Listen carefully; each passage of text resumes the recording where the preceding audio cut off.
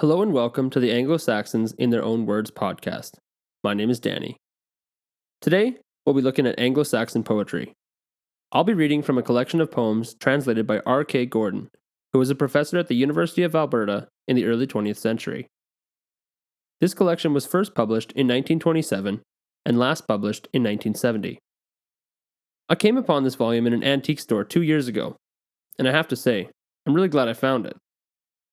The English language, of course, is one of the richest poetically to have evolved in the world, and there is a reason so many poets from English-speaking nations are revered worldwide.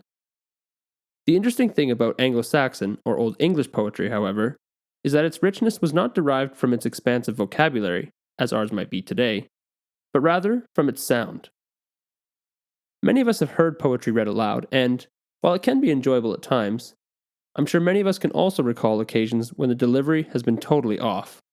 Like when the teacher in your introductory English class asks everyone to take turns reading.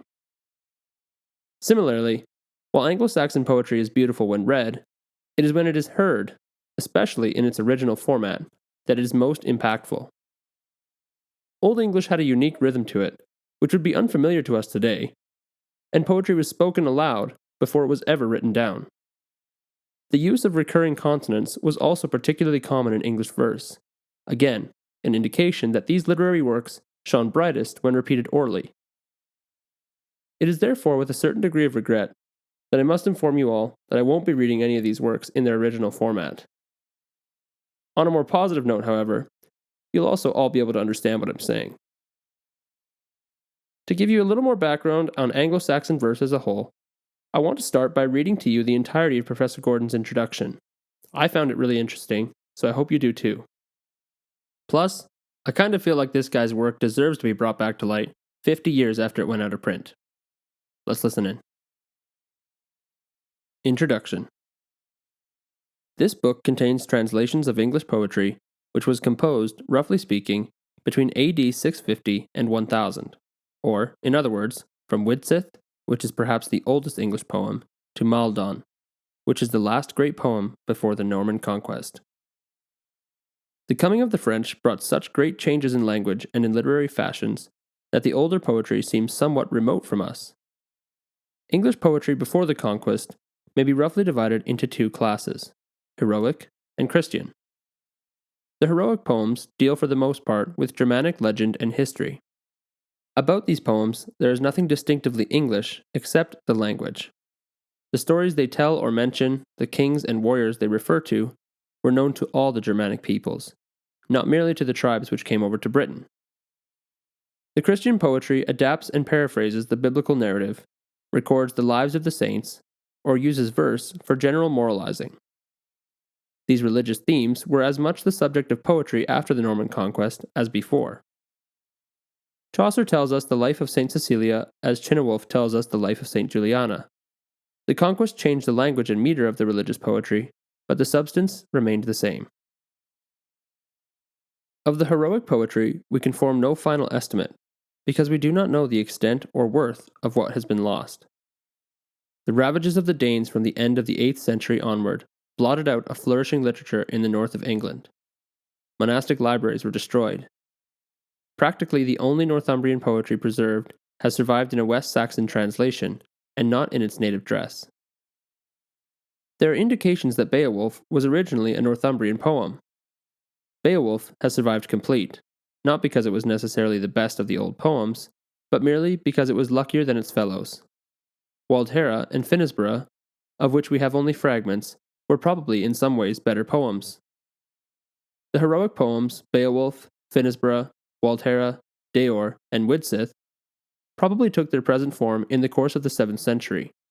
Their substance, however, comes from an earlier time, from the age which had just closed, extending from the 4th to the 6th century, and generally known as the Age of National Migrations, or, more briefly, as the Heroic Age.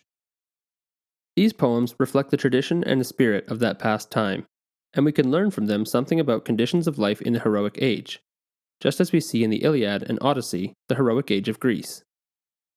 The way of living pictured in these English poems is not without nobility, and the impression they leave is a corrective to the brief historical annals of the time, which tell largely of treachery and lust and bloodshed.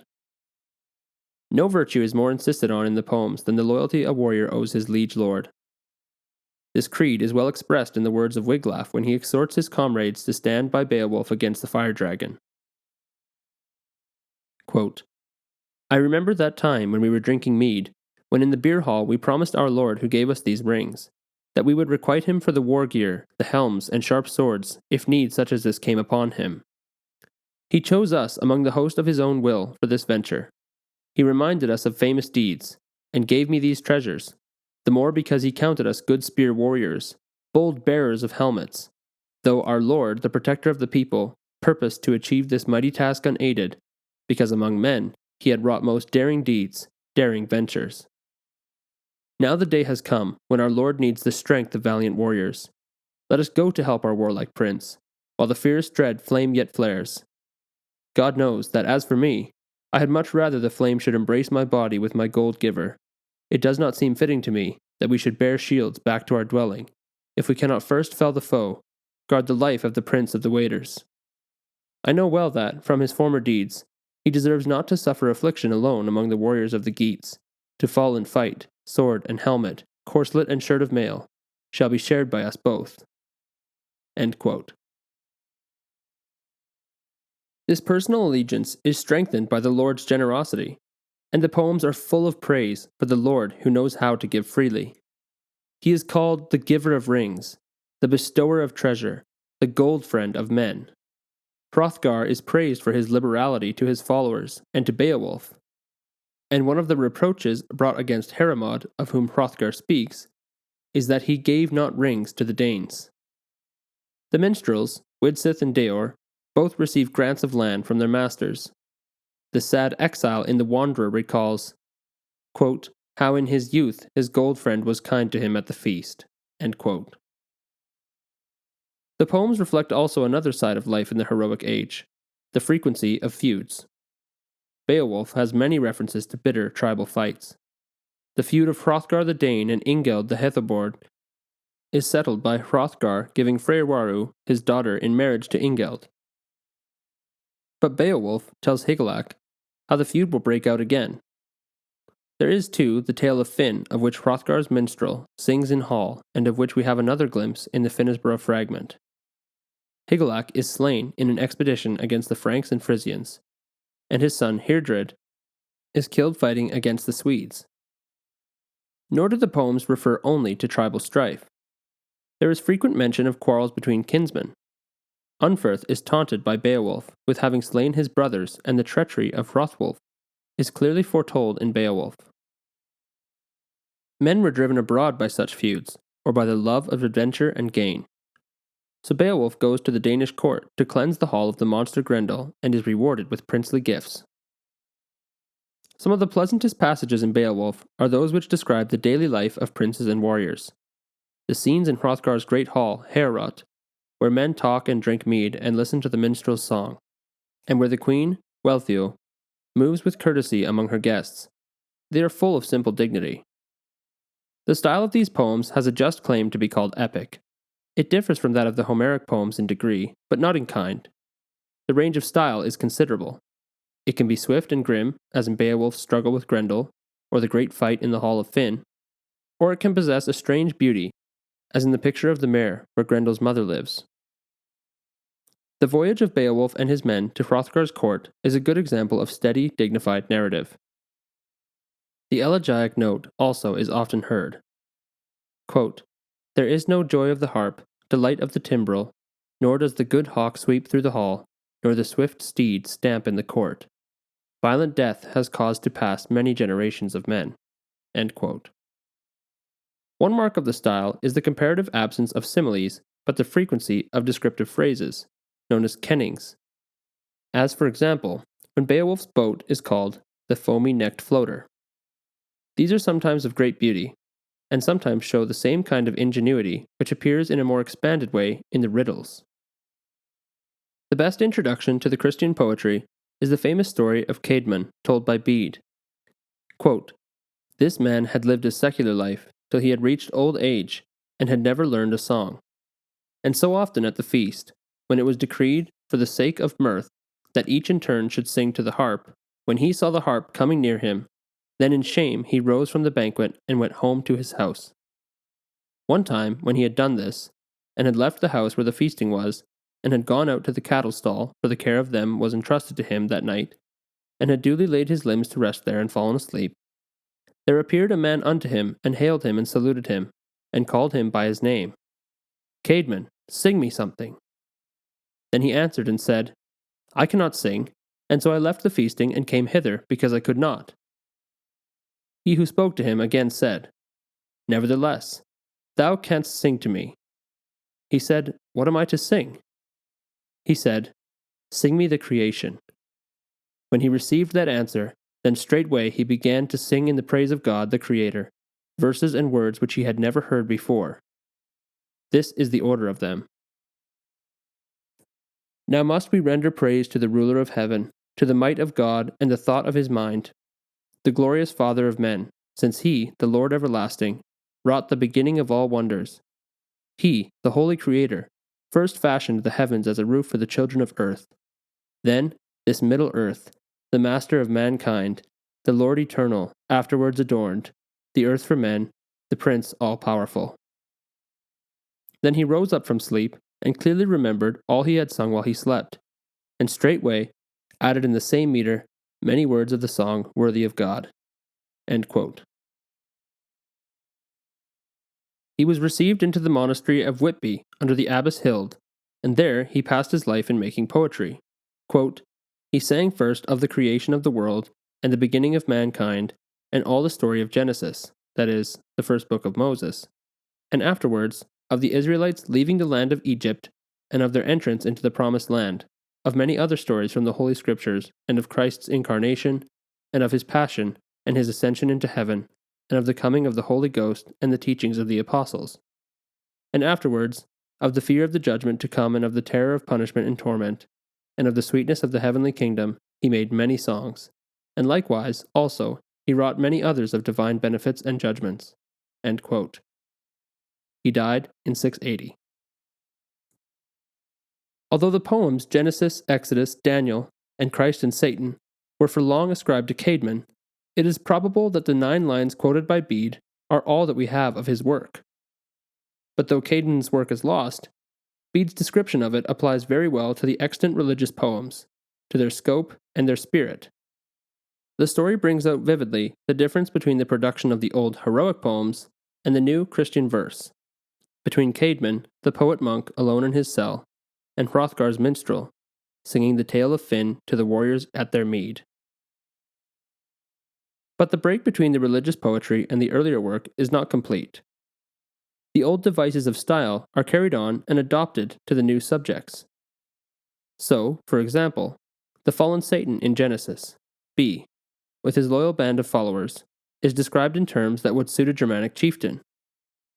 Abraham's rescue of Lot and the fight at the opening of the Elaine are told in the phrases of the old battle poetry. Moses leading the Israelites is called the glorious hero. The poet, who described St. Andrew's mission to the strange land of Myrmidonia, knew and remembered Beowulf's mission to Hrothgar. In The Dream of the Rood, the most beautiful of all the religious poems, Christ is described as the young hero, and the disciples are faithful warriors. The religious poetry is of very unequal value. The later Genesis, Genesis B, and The Dream of the Rood are as good as anything in Old English poetry, but too often we get merely lifeless moralizing in conventional phrases. Except for the group of poems formerly thought to be by Caedmon, most of the religious poetry has at one time or another been ascribed to Cynewulf. He is the undoubted author of the works he has signed, Elaine, Juliana, part at least of the Christ, and the Fates of the Apostles. The following poems, Guthlac, the Phoenix, Andreas, The Dream of the Rood, Physiologus, Riddles, have all been attributed to him. In spite of a great deal of discussion, nothing has been certainly discovered as to his identity. He was probably born about 750 and was a Northumbrian or Mercian. Cynewulf is as deliberate and conscious an artist as Tennyson. His grace and his mastery of rhetoric are different from and inferior to the more solid qualities of Beowulf, which presents dramatic situations and human character. but English poetry had not lost the power to deal well with great simple heroic themes. The poem on the Battle of Maldon, written only a few years before AD 1000, shows the old strength and nobility. There is no sign of weakness or exhaustion.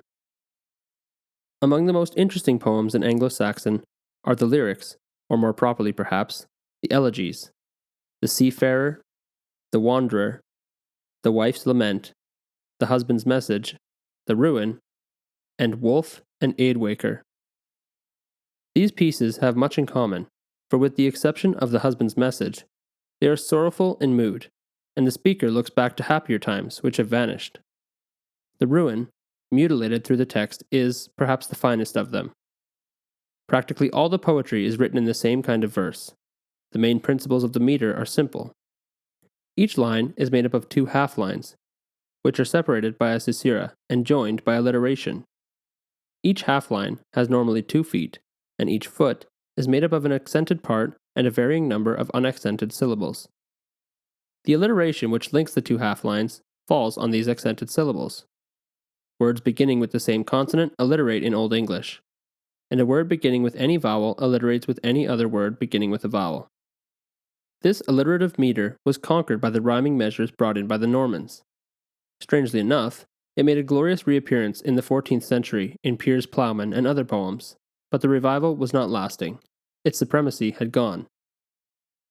There are 4 manuscript books which contain the greater part of Anglo-Saxon poetry. The first, Beowulf. Beowulf is preserved in a manuscript, written about AD 1000 and now in the British Museum. The manuscript was once in the possession of Lawrence Nowell, a 16th century pioneer in Anglo-Saxon studies. He has written his name on the manuscript and the date, 1563. Of its earlier history, we know nothing. In the 17th century, the manuscript found its way into the collection formed by Sir Robert Cotton. In 1705, Wanley, in his Catalogue of Anglo-Saxon Manuscripts, mentioned the poem and said it described wars between a Dane, Beowulf, and the Swedes, a description which shows that the real contents of the poem were not yet understood. About a quarter of a century later, the poem was nearly destroyed by fire. Thorkelin, an Icelander, near the close of the 18th century came to England, copied the manuscript himself, and caused another copy to be made. He spent years in preparing an edition, only to have his translation and notes destroyed during the English bombardment of Copenhagen in 1807. The copy, however, of the manuscript escaped, and in 1815 his edition at last appeared. Among the other contents of the Beowulf manuscript is Judith.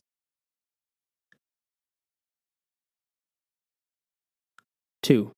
Genesis, Exodus, Daniel, Christ, and Satan are contained in a manuscript in the Bodleian Library.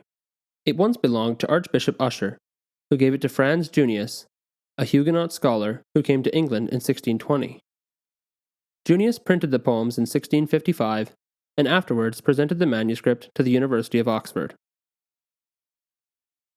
3. The Exeter Book was given by Leofric, Bishop of Devon and Cornwall, and Chancellor to Edward the Confessor, to Exeter Cathedral, where it still remains. Wanley was the first scholar to give an account of the book. The Exeter Book was not printed until 1842. The following poems form part of the contents of the Exeter Book: Christ, Juliana, Guthlac, the Phoenix, Whale, Panther, Riddles, the Wanderer, the Seafarer, the Arts of Men, the Fates of Men, Gnomic Verses, the Soul's Address to the Body, Part 1, Widsith, Deor, the Wife's Lament, the Husband's Message, the Ruin. Number 4. The Vercelli book is preserved in the Cathedral Library at Vercelli in northern Italy. It has probably been there for 6 or 7 centuries. How this book of Anglo-Saxon writings found its way to Italy, we do not know. The manuscript contains the following poems: Andreas, the Fates of the Apostles, the Soul's Address to the Body, the Dream of the Rood, Elaine. Alright guys, that's Professor Gordon's introduction to Anglo-Saxon poetry. I hope you found a few things informative in there. I really like that he talked about the Norman conquest and how that totally changed the shape of English poetry. And also he talks about where we get most of this stuff from. So a lot of it has been preserved almost by chance through the centuries, but of course we've also lost so much due to unfortunate circumstances. What I'm going to do now is read 3 poems that I personally really enjoy, and I hope you guys do too. Each poem will be prefaced slightly by Dr. Gordon's notes, where he just talks about a little bit of the background to the poem and who the author is and what they're saying, and then we'll jump into the poem. So, if you have some mead, now's a good time to get it. If you have a fireplace, get it roaring, and let's go to the mead hall and listen to some Anglo-Saxon poetry. The first up is Deor. Deor is the lament of a minstrel who has been supplanted in his lord's favor by a rival singer. He seeks comfort by recalling old, unhappy, far-off things, and in the refrain, which is found only here and in Wolfe and Eadwicker in Old English poetry, he expresses his hope that his trouble may pass, as the troubles of men before him have done. The poem is interesting not only because of the refrain, but also because it refers to stories which were well known in England, but which have not been preserved for us in English poems. Wayland, the famous smith of Teutonic legend, was carried into captivity by Nithad, but he avenged himself and escaped. Beowulf, the daughter of Nithad, was outraged by Wayland, but bore a mighty son, Widia. Widia is referred to in Waldhera as receiving a reward for aiding Theodric. The Geat's love for Maethild is apparently one of the many stories which have been lost. Among the stories which gathered round the historical Theodric was a story of his 30 years' exile. Probably the passage in Deor refers to this. The rule of Eomanrich was oppressive to men, but death ended his sovereignty. Thinking of these old tales, Deor hopes that he may not always be an unhappy wanderer. Wayland, the resolute warrior, had knowledge of exile. He suffered hardships, sorrow and longing he had for companions, wintry, cold exile. Often he found woes after Nithad put compulsion upon him, supple bonds of sinew upon a more excellent man. That passed away, so may this.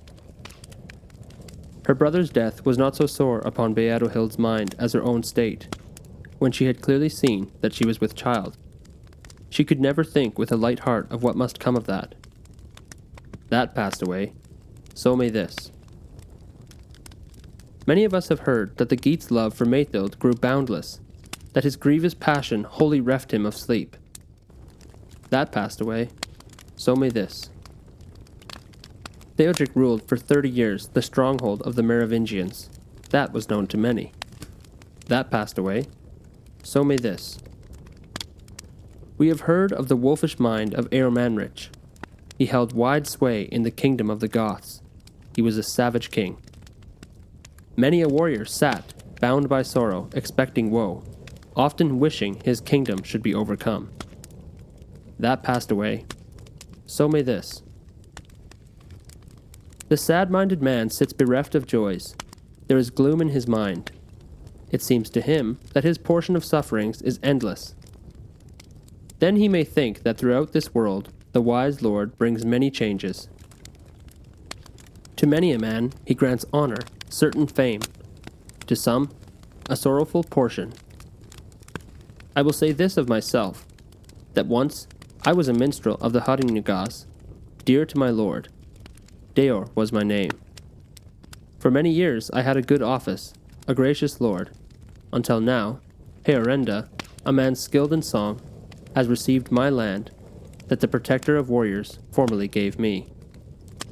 That passed away, so may this. The Wanderer.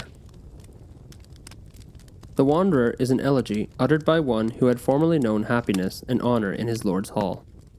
Now his lord is dead, and he has lost his post. He has become a wanderer who knows that sorrow's crown of sorrow is remembering happier things. Often, the solitary man prays for favor, for the mercy of the Lord, though, sad at heart, he must needs stir with his hands for a weary while the icy sea across the watery ways, must journey the paths of exile. Settled in truth is fate. So spoke the wanderer, mindful of hardships, of cruel slaughters, of the fall of kinsmen. Often I must bewail my sorrows in my loneliness at the dawn of each day. There is none of living men now to whom I dare speak my heart openly. I know for a truth that it is a noble custom for a man to bind fast the thoughts of his heart, to treasure his broodings, let him think as he will.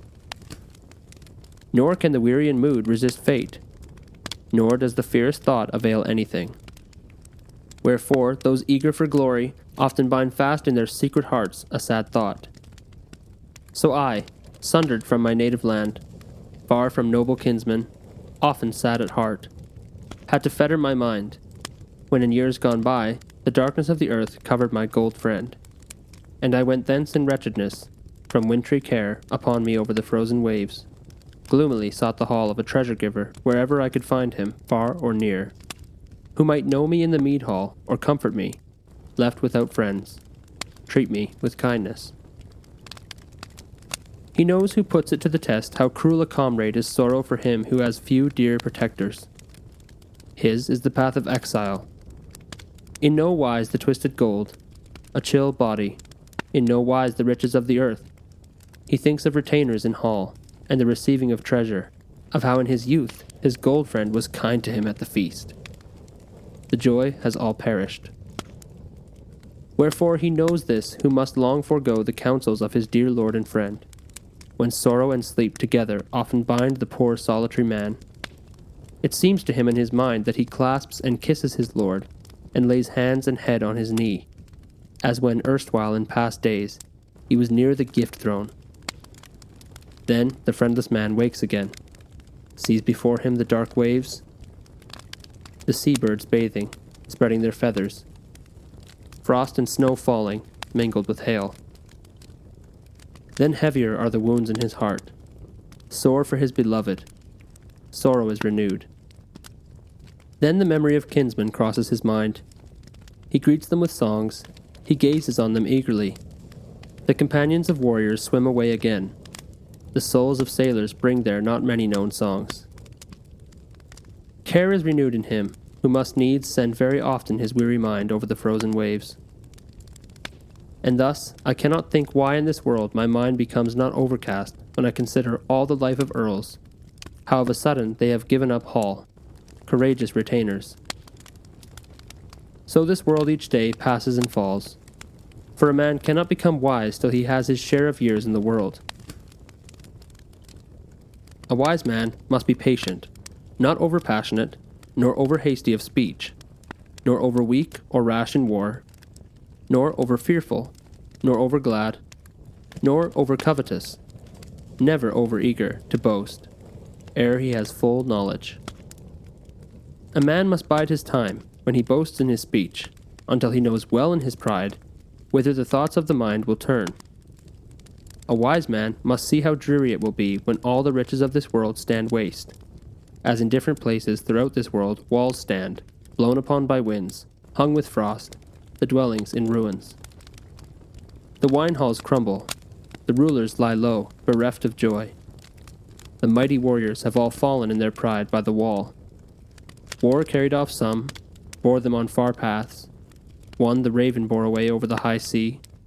One the grey wolf gave over to death. One an earl with sad face hid in the earth cave. Thus did the Creator of men lay waste this earth, till the old work of giants stood empty, free from the revel of castle dwellers. Then he who has thought wisely of the foundation of things, and who deeply ponders this dark life, wise in his heart, often turns his thoughts to the many slaughters of the past, and speaks these words: Whither has gone the horse? Whither has gone the man? Whither has gone the giver of treasure? Whither has gone the place of feasting? Where are the joys of hall? Alas, the bright cup! Alas, the warrior in his corslet! Alas, the glory of the prince! How that time has passed away, has grown dark under the shadow of night, as if it had never been. Now in the place of dear warriors stands a wall, wondrous high, covered with serpent shapes. The might of the ashwood spears has carried off the earls, the weapon greedy for slaughter. A glorious fate. The storms beat upon these rocky slopes. The falling storm binds the earth, the terror of winter. Then comes darkness. The night shadow casts gloom, sends from the north fierce hailstorms to the terror of men. Everything is full of hardship in the kingdom of earth. The decree of fate changes the world under the heavens. Here, possessions are transient. Here, friends are transient. Here, man is transient. Here, woman is transient. All this firm-set earth becomes empty.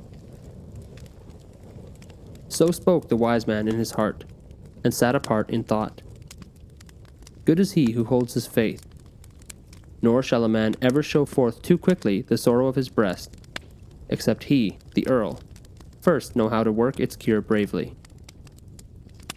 Well is it for him who seeks mercy, comfort from the Father in heaven, where for us all security stands.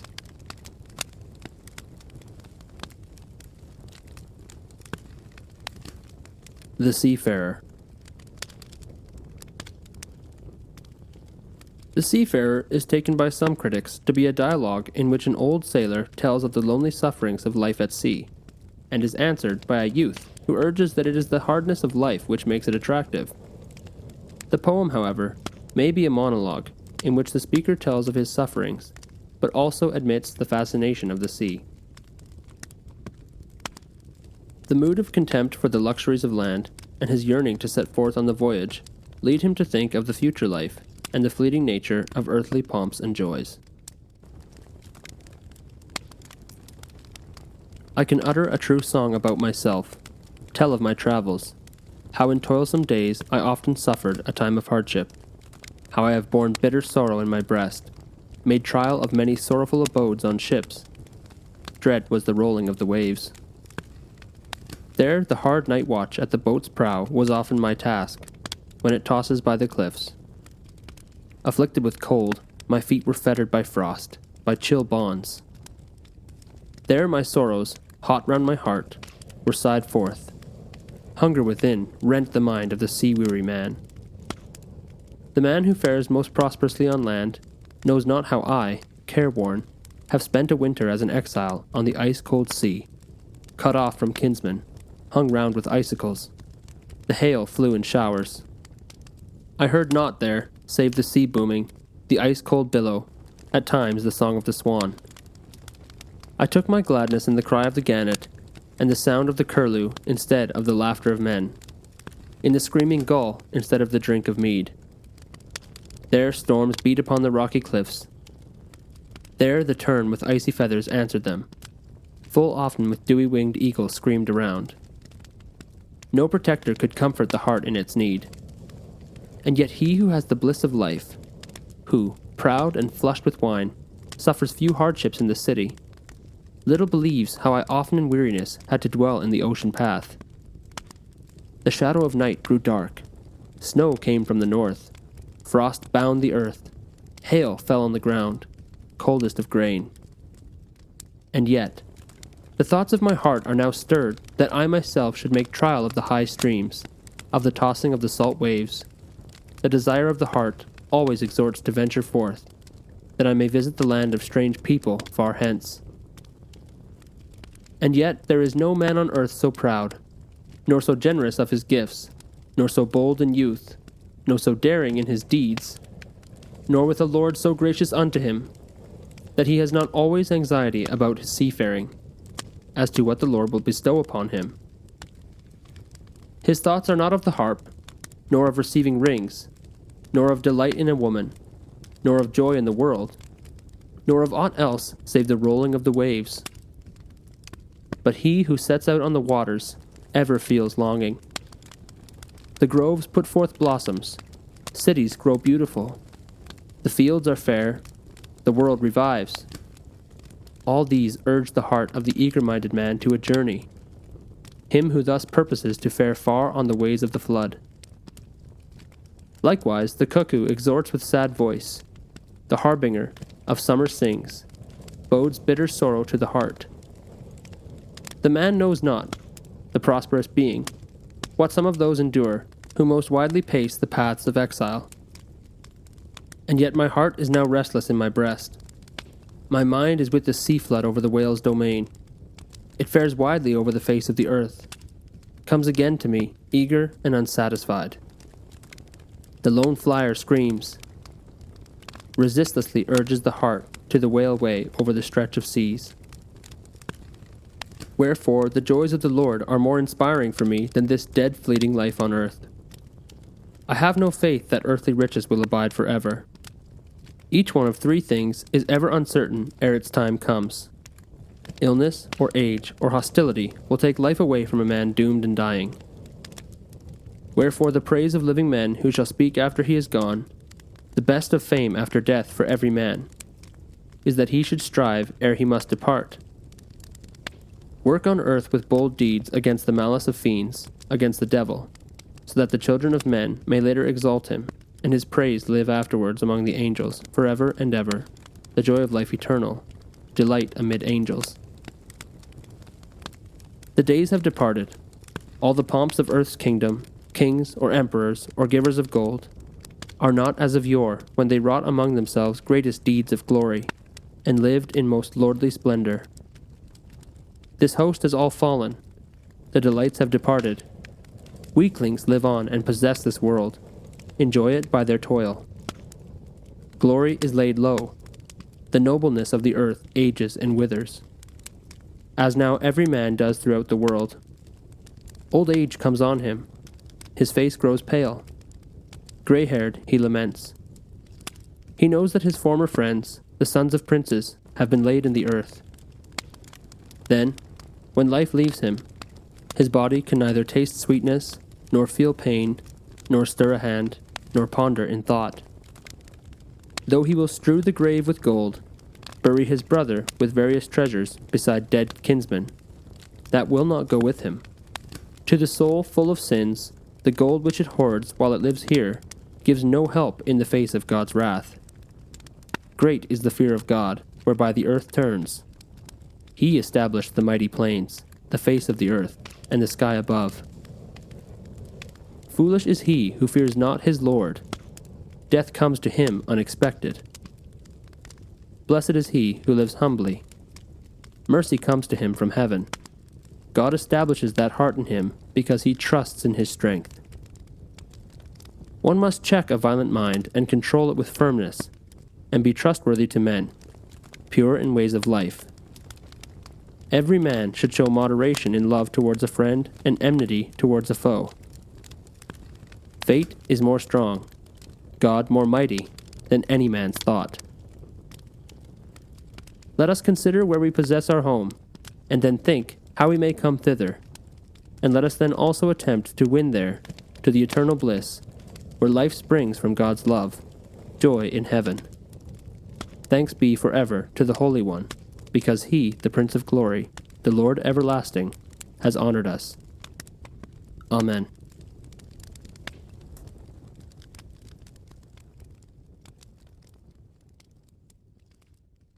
Alright guys, thanks so much for joining me today in the Mead Hall in this introduction to Anglo-Saxon poetry. I hope you guys enjoyed it. Bit of a longer episode today, but I hope it was worth your while. Thanks so much for listening, and as always, if you have any questions, comments, or concerns, you can reach me at theanglosaxonpodcast@gmail.com. Thanks for listening.